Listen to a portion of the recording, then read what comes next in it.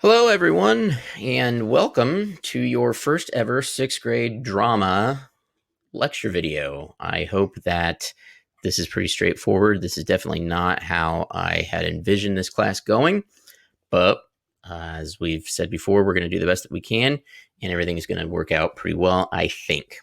Okay, here we go. By the end of this video, you should be able to describe characteristics of drama and theater and explain how theater involves collaborative forms of art. So, what is drama? What is theater? Let's take a look. What is drama? Drama. The word drama comes from the Greek verb dran. And dran means to take action. So that's actually where we get our word drama. We get our word drama from the word that means to take action. So drama equals action. Drama is just things happening. Okay.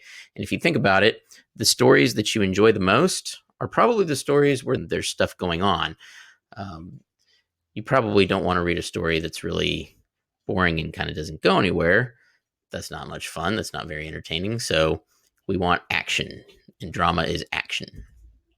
If there's no action, there's no drama, and there's no story, which is, in my opinion, no good because it's boring. Okay? So we want to have all of these elements. We want action so that we can have some drama, so that we can have a good story, and people will be entertained, or they'll at least get a message from it. Drama tells a story about people, their actions, and the conflicts that result from those interactions.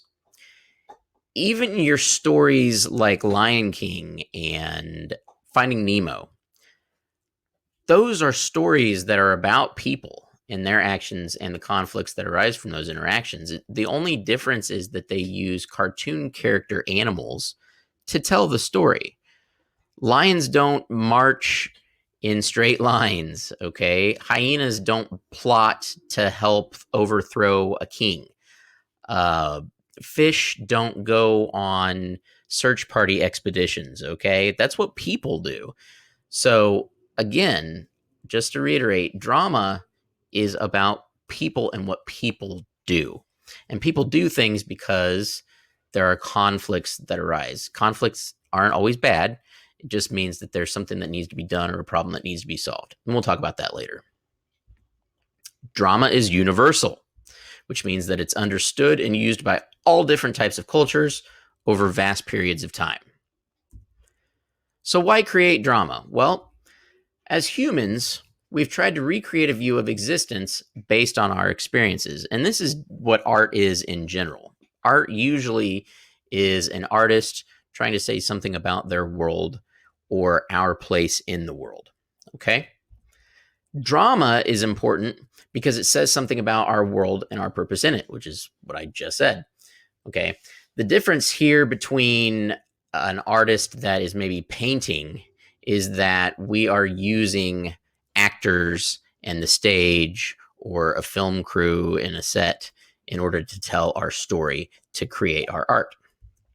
Okay, so now, what is theater? This is where we're gonna talk about the art form of drama a little bit more. Theater is a specific medium, which is kind of what I just talked about. Instead of using paint or clay, theater uses actors and costume designers and a lighting crew and all of those things to actually create the piece of art. The word theater comes from the Greek noun theatron, which means seeing place. So the theater is actually where you sit to watch the action. Sometimes we say that we are going to the theater and we mean the building itself, but that's not really actually the case.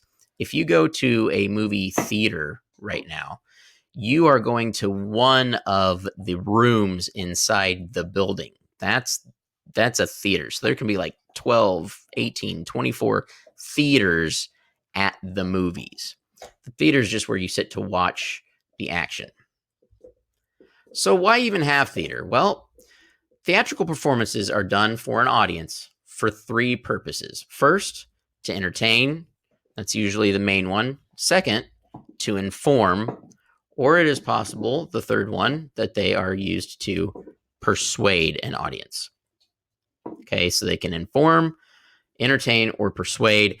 If you look from number 3 back up to number 1, the first letter spells P-I-E. That's pie. If you can remember the word pie, you could probably remember persuade, inform, entertain.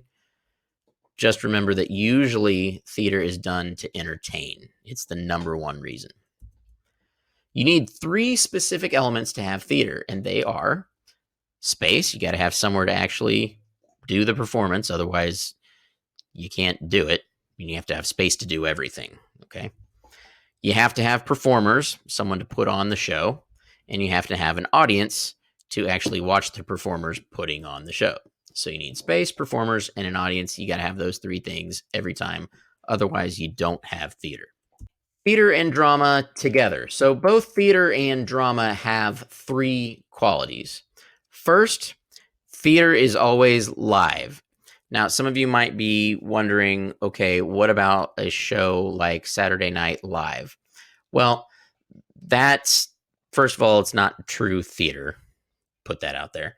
Secondly, it's not that it's not happening live, because it is happening in front of a live studio audience.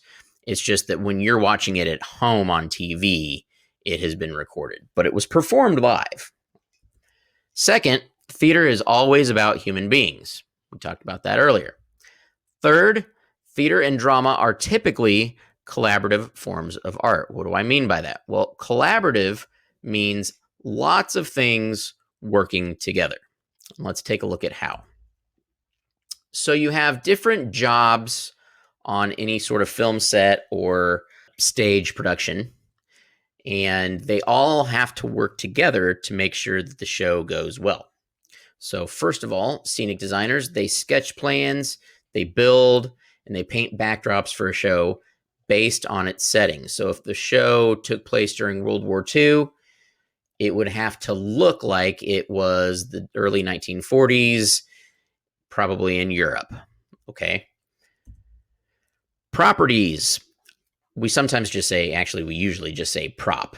Okay. So the prop master provides any objects an actor uses on stage. So an umbrella, a coffee mug, a newspaper, anything like that, an object that an actor uses on stage is considered a prop, and those are managed by the properties department or the prop master. Lighting.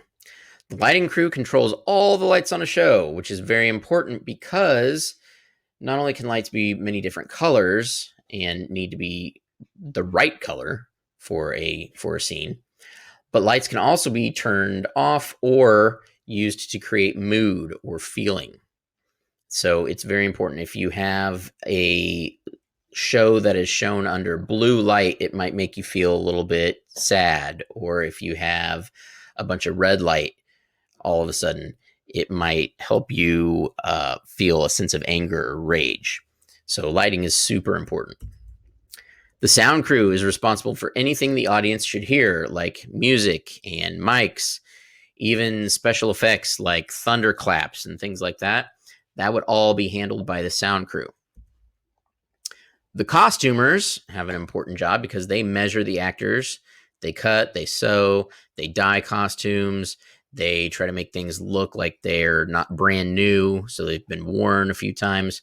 And they do this based on the story's time and place. Again, let's go back to our World War II example. People in World War II wore different clothes than we wear today. And so the costumers, it would be their responsibility to make sure that the actors are wearing clothes that look like the correct time period. The makeup artists, they create a physical look for characters. And they can make them look younger or older than the actor really is. If an actor, their role required them to maybe have a scar on their face or something like that, the makeup artists would help out with that. Okay. That's it. That's your first video lecture. Please go to Google Classroom and complete the Google form, and I will talk to you again very soon.